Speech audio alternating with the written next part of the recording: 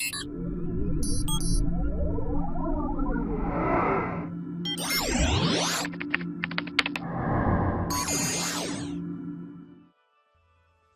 day and welcome to This Old Tub.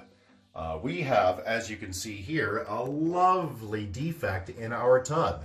Now, if this was a hole or a full-on, serious crack, the instructions that we're about to provide would be the same. So let's get to it. Now you can see the discoloration there, and what that's from is 4 other repair jobs that have been done over the last 25 years. This tub's about 25 years old. And they're all in the same place, which either means somebody in my family is mangling this corner by jumping up and down on it, or it's manufactured incorrectly and there's a defect there. So we have a number of tips and tricks, pro tips and tricks to get you through this type of repair job so that you can make your job smaller and faster and a lot less stressful. It's not very hard, but it is. There are a few things that the instructions don't cover. So the very first thing we've done is gone out and sourced a repair kit from Lowe's. Okay, so this is the repair kit we bought from Mirolin. If you flip it over and you actually look at who actually manufactures it, it's from a company called Gel Coat out of Peterborough, Ontario. You don't need to know that, it's just a fact. Now, this Mirolin is a company that manufactures acrylic tubs and shower inserts and that kind of stuff. So a company that knows what they're doing. Now, we paid $60 for this at Lowe's because it was in stock. I wanted to get it today and not goof around with it. And Home Depot had it as well at $79, and that was out of stock, so that's why we didn't get it. Now, keep in mind that's Canadian dollars, so for those of us in the US, that would take about 30% off. And yeah, you get an idea what the price is. So let's get straight to it. The nut of it is that you can read the back, and we will show you the back in just a minute. But the nut of it is you sand down a little bit, just to rough it up where you're patching, and to break away any loose particles. Then you take the, it's basically, if you've ever done, and I realize a lot of people haven't, it's just like doing body work on a car. You take the acrylic and you mix the hardener in, which is the little jar on the right side there, and you squish it in. Then you sand it out with dry sanding. Then you sand it out with wet sandpaper, cleverly known as wet sanding, and then you buff it out. Most people do seem to skip that step. All right, so here are the instructions just so you can see them. As I said, it's sand, mix, fill, sand, wet sand. Okay, lots of glare on that, but you get the idea. So one of the things not included in the instructions is to tape this off, tape this area off. So pro tip number 1, tape it off. Pro tip number 2, don't use masking tape. Now that's all I have, so I'm going to. I don't know where my painter's tape is. I have lots of it, but my kids must have taken it or something, so yeah. So let's get to it. So that's the first thing you need that's not in the kit. And the second thing you need, just to clear this out, is you need it should be plastic, but a plastic trowel. So I have one from an older kit from something completely unrelated, and I was talking about a putty knife, right? Just something plain like that with a nice clean edge. So that you can smush things down. Now mine, unfortunately, is on an angle here. I'm gonna have a hell of a time with this, but that's what we're gonna do. We're gonna get through it. So let's tape this off.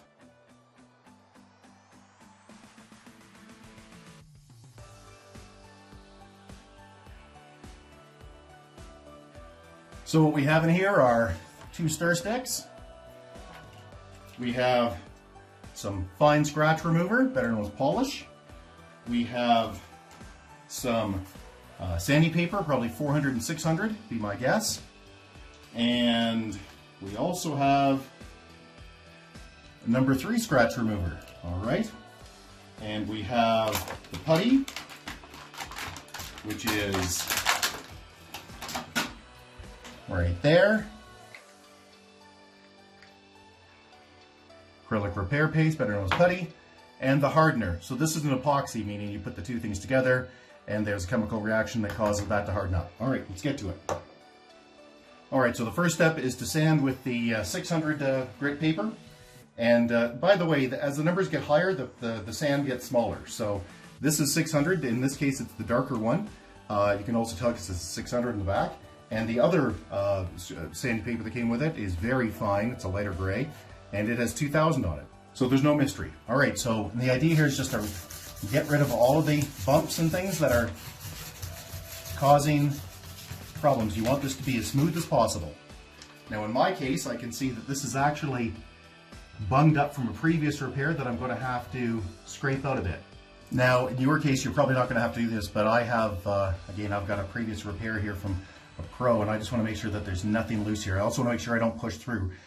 Right now for me, this is still watertight, and I sure plan on keeping it that way. So yeah, okay. So this looks like there's not going to be much I can do with it. Most people are just going to have a hole that they're trying to fill, so this won't be an issue for them. But for me, it is, as I said. So yeah. Okay, let's get to it. That's all the loose bits are gone. Now the instructions say to put a small amount of the paste, and then it specifically says here about a quarter teaspoon amount. Well, that isn't going to cut it. Just in case you're not sure what a tablespoon is, or a teaspoon, that is a tablespoon. Okay, that is a teaspoon. You get an idea here, right? Not very big. Quarter teaspoon is smaller than that, so that's not going to work. Now, the other thing it says in the instructions is to use about, with that small amount of paste, is to use 10 drops of the hardener. Wow, that's an awful lot. Now, you think, well, you've got a big bottle, you've got this big bottle here of hardener. You can see here, yeah, you don't have that much in there. That bottle is about 1/3 full, so not good. So, we're gonna have to improvise here. Now, one of the nice things about this kit is when I take the lid off, I think, yeah, this one has a nice little hole cut in. Some of them don't. You might have to poke through. But anyway, this one does, so you're on your way. So what I'm going to have to do is improvise. So there's some cardboard. Let's take a look at the paste. And by the way, I'm sure this is going to smell. This is just going to be like Bondo or anything else if you've ever done car repairs. And I'm going to take, whew, yeah, it smells just like Bondo, mostly because it probably is Bondo. So fiberglass Bondo. So let's just put that down there. We'll put about, yeah, I'm going to have to put a lot more than what they suggested. So I'm going to put that much there. Yeah. So it says to use 10 drops, and that was for much less material. So I'm going to put an insane amount of 6, 7, 8, 9, 10, 11, 12, 15, 16, 17. Wow, that is insane. Okay, that is a lot of hardener. Well, the instructions they provided really don't make a lot of sense, so I'm going to have to improvise. Now, the big thing you need to do if you're working with this stuff is really mix this well. And there you go. When you get the hardener in there, it doesn't smell any better. So you just got to make sure this is all mixed it really well. Try not to spread it out too much.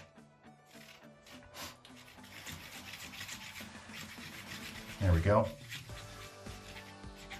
Okay, now in my case, this break is so large I might have to go through this twice. I'm glad I've got some left over. Okay, so let's take this now, and we are going to scoop it with the stick so that it's mixed nicely. Ooh, there's a bump there. There we go. I'm going to take this with the stick, and we're just going to slather it on. And there we go. Now, there are a couple of pro tips here that will make your life better. The first is, if you're on a flat spot, let me just finish getting this spread out. Okay, the first pro tip is use a spatula, use a putty knife, something like that to spread it out if you're on a flat spot. I'm not. So there's a little trick you can do if you're not on a flat spot, which is to use some saran wrap, and that's what we're going to do here. So I've just taken some saran wrap, and I'm going to lay this down over top of it, and I'm going to try to squish it flat. And it's not going to go very well, but it's going to go an awful lot better than if I just left it myself. So there we go. Put the plastic over it. It's an awful lot better than having all of those big bumps that you've got from your stick.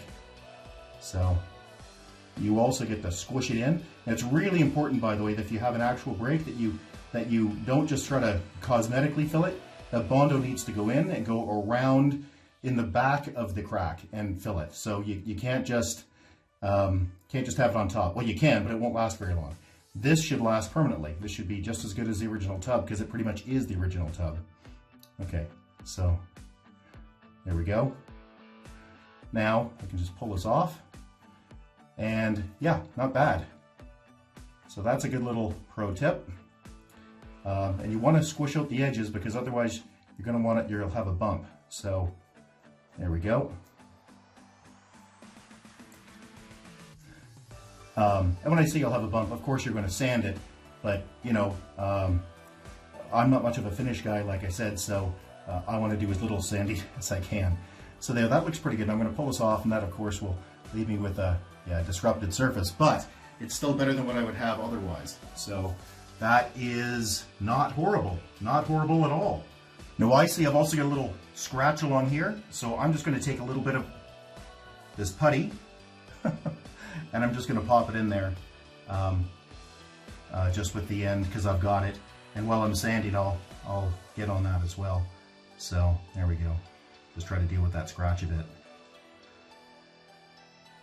There we go. I'm going to take this plastic and I'm just going to sort of smooth it out a bit. There we go. Yeah, it's just so it's less for me to do later. Okay, so now what we have to do is let this sit for 2 hours and harden up. Now, the instructions make a really silly statement, which is if you want this to harden faster, you can add more hardener. Yeah, not now. You have to do it at the mixing time. If you add it now, well, it just isn't going to work, so you're going to have a problem. Also, the warmer the territory you're in, so say you're in South Florida in the middle of summer and you don't have air conditioning, the less hardener you need. The colder it is, the more hardener you need. If you make any mistakes and get a glob somewhere, which I did over here, don't use your hand. Not that you can't, it's just you shouldn't. Just use toilet paper. It'll come right off. Okay? There you go. Okay, I see there's some bumps here, so I'm going to take some saran wrap, cover my finger with it, and I'm just going to go over it a bit and try to get rid of some of those larger bumps.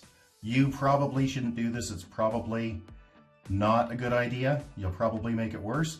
But if there's something that's standing out, I'm really showing that to you in case there's something that's really standing out, like I have a bit of an edge there. That's probably a good place to get it down. There we go. That's it. Now we sit and wait for 2 hours, and we'll come back and we'll sand it down and buff it and go from there. All right, so it's been a couple of hours, and I can tell you that is good and hard. So I'm pretty comfortable now with sanding that down. Now there's a bunch of ways to do this. I'm going to leave this tape on here, but something I should have noted before was if you have put crud, right, the putty, over top of this, like I guess I did right there, you're probably going to want to pull this tape off first and then put down fresh stuff for sanding.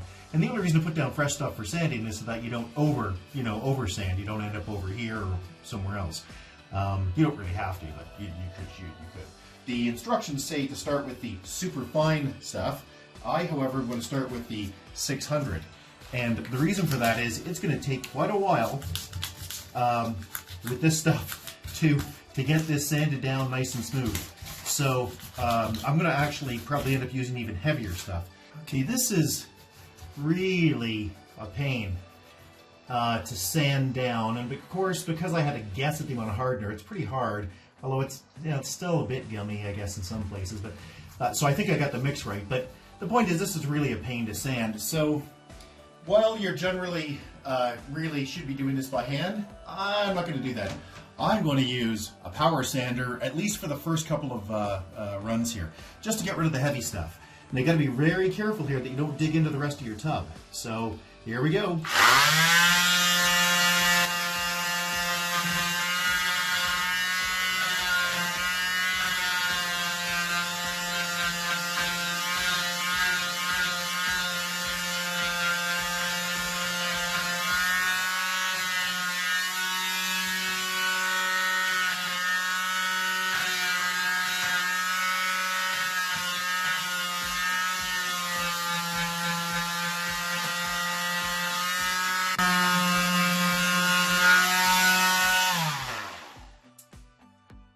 I think that's about as much as I want to do with the heavy stuff here. And my problem is, of course, because of this curve, this is a giant pain in the butt to do. Now I will continue to sand by hand. And this is going to take a long time. But it's going to look great.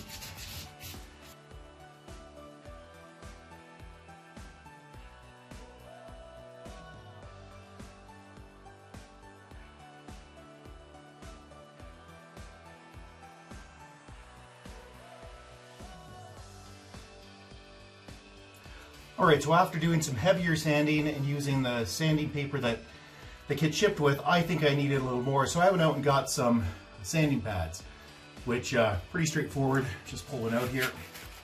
And all they are is a chunk of foam with, probably a 200 grit on the one side.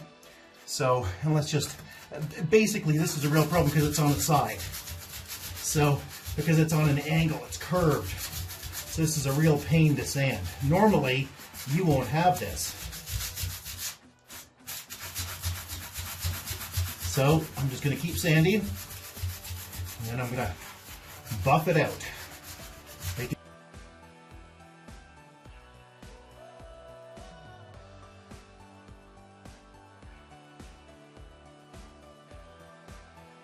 Okay, now that feels pretty good. I'm going to remove this tape and clean it up.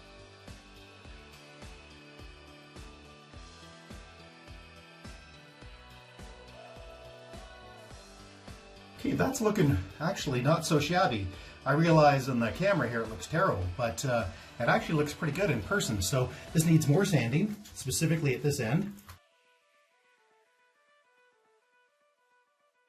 Now I could go straight to using the scratch remover, but I'm not going to yet. I'm going to instead use a buffing wheel and a screwdriver or drill to sand it down and buff it up a bit. So I could use what came in the kit, and that will work, but it's a lot of manual labor. So I have this crappy kit from the local hardware store, in this case Canadian Tire, of just different sanding wheels, and I'm going to, buffing wheels, and I'm going to use them to take a little bit of the edge out and see if we can tidy it up a little further. So there we go, I'll just pop that on, just Velcro's on, screw that on, put that in my drill.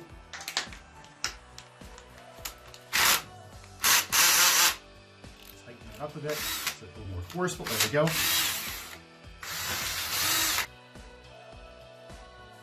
Okay, that's looking pretty good to me, and like I said, I realize on the camera it looks terrible, but trust me, in real life it looks very good. So now I'm going to use, I see a little mark at the end here I want to get rid of, so I'm going to try to scratch this out a bit. Now, I'm going to use the heavy scratch remover that it came with, which is really a buffing material. So let's put that on, just squish it on. There we go. Get that on the edge here a bit, on the edge of the buffer, and let's give it a go.